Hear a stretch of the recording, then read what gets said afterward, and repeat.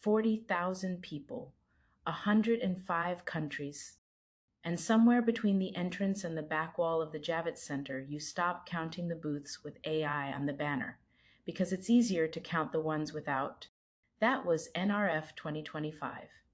Record attendance, record noise, and a vendor floor where everyone had the same pitch dressed in a different logo.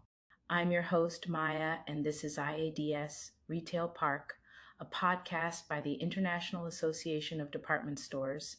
With me is Sylvan, our managing director here at IADS. And he is not just someone who read the coverage, but someone who was on the floor, in the sessions, and walking the stores after hours. Sylvan, before we get into what actually mattered, what did it feel like to be inside it? It felt like a market in full belief in itself. The energy on the streets, the stores, the conversations. There was a real sense that the US market has turned a corner. Retail sales in December were up over 8% year on year, and you could feel that confidence in the room. But here's the thing. The exhibition floor was something else entirely. Every second exhibitor was claiming to be an AI company, to the point where I'd say it had reached saturation. And our honest read, which some analysts share, is that a meaningful chunk of what was on display were solutions looking for a problem. The real challenge retailers face right now isn't a shortage of AI tools. It's figuring out which ones actually solve something and whether the investment makes sense. That framing, solutions looking for a problem, is a sharp one. And it matters because it changes the conversation from should we adopt AI to how do we evaluate AI, which is a completely different skill set. What were the use cases on the floor that felt genuinely grounded? A few stood out. Computer vision for fraud detection was everywhere. Diebold, Nixdorf, Zebra, Microsoft all had it. And that one makes intuitive sense because the ROI is measurable and relatively quick. Dick's Sporting Goods presented an AI-powered pricing model that handles markdown strategy across 11 million SKUs, which is the kind of operational complexity where you genuinely need machine support. And then there was NVIDIA's keynote, where they showed Lowe's building a digital twin of all 1,700 of its stores to simulate layouts and optimize merchandising. But the big buzzword, and I mean it was everywhere, was agentic AI. The idea of AI that doesn't just analyze but acts autonomously. Microsoft showed an agent that identifies which SKUs to move from warehouse to store in real time based on live sales data. Google, Salesforce, SAP all announced similar things. That's a different order of magnitude from a chatbot. And cybersecurity came up too, which I think gets underreported in these AI conversations. The more you open up your systems, the more exposure you create. It's a real issue. AI implementations expand the attack surface considerably, and that's something IADS has been taking seriously. We've reignited our partnership with the Retail and Hospitality Information Sharing and Analysis Center, specifically because of this. It's not a side conversation anymore, Maya. For any retailer scaling AI, cybersecurity has to be built into the strategy from the start, not bolted on afterwards. Beyond the tech floor, Sylvan, there were some genuinely compelling sessions. I want to get into a few of the retailers, starting with Target, because that conversation with Brian Cornell was really interesting. Target is one of those companies that has figured out something a lot of retailers still struggle with, which is that culture isn't separate from performance. It drives it. Cornell laid out what they've built over 11 years, $35 billion in added revenue, 250 new stores, a tripled digital business. And his point was that none of that came from boardroom decisions alone. It came from investing in people. What stuck with me was the Store Director Development Program.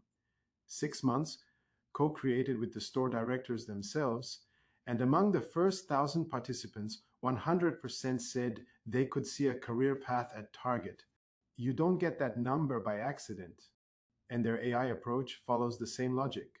They introduced a chatbot called Stores Companion for frontline teams, but they framed it as a growth enabler, not a replacement. That framing changes how employees engage with it entirely. Then there was Macy's, and Tony Spring presenting the bold new chapter strategy alongside Olivier Braun from Bloomingdale's. That was a layered conversation. Yes, it was, Maya. The Macy's transformation is built on 60,000 customer interviews, which is a commitment to actually listening before acting. 3 consecutive quarters of improvement in net promoter scores in their first 50 focus stores. That's early, but it's directional. Olivier Braun's piece on Bloomingdale's was particularly interesting from an IADS perspective since Bloomingdale's is one of our members. The shift he's executing is from aspirational to genuinely luxury, and his argument was that in luxury, customers aren't buying a product, they're buying a story. That changes everything about how you design the store, train the team, and justify investment in physical space. He also made an interesting point about the dupe culture spreading in the US and positioning Bloomingdale's as the antidote to that through authenticity and experience. And then there was Foot Locker, celebrating 50 years, which is a milestone, but also a moment of reinvention. Mary Dillon has a clear vision. The reimagined store format, 8 locations open, with things like the drop zone for trending products and a kick it club for communal try-ons.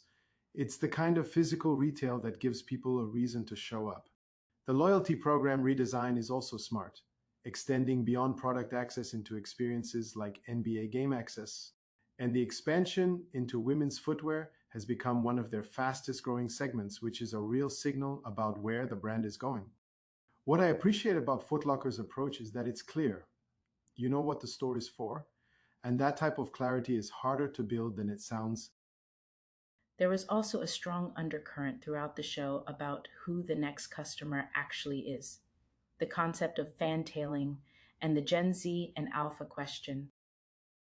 Fantailing was a word I hadn't heard before this show, but it captures something real, the idea that spending is increasingly driven by entertainment, cultural passions, events.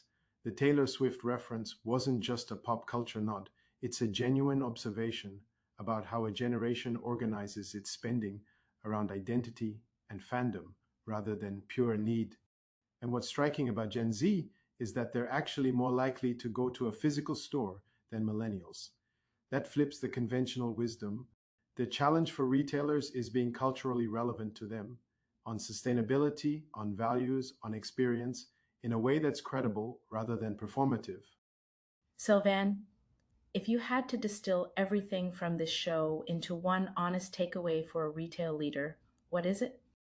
Stop trying to catch every wave at once. The AI landscape at NRF was genuinely overwhelming, and the retailers who will come out ahead are the ones who slow down enough to ask the right questions. What problem are we actually solving? What does success look like in 12 months? And are our teams equipped to work alongside this technology rather than around it? The signal is there. You just have to be willing to filter out a lot of noise to find it. We started this conversation on the floor of Javits. 40,000 people, every other booth, promising the same revolution. What Sylvan just mapped out is how you read a show like that without getting lost in it. Not by ignoring the noise, but by knowing what a real signal looks like when you find one. The full exclusive is available on our Substack, and there will be a link in the episode description. There's data and case detail in there we didn't get to today, and it's worth the read. Don't forget to follow us on LinkedIn at the International Association of Department Stores, and we'll see you on the next episode.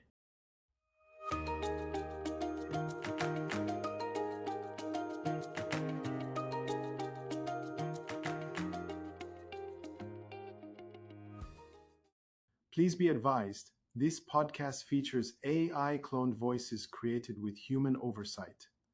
All content is reviewed by experts for accuracy and relevance.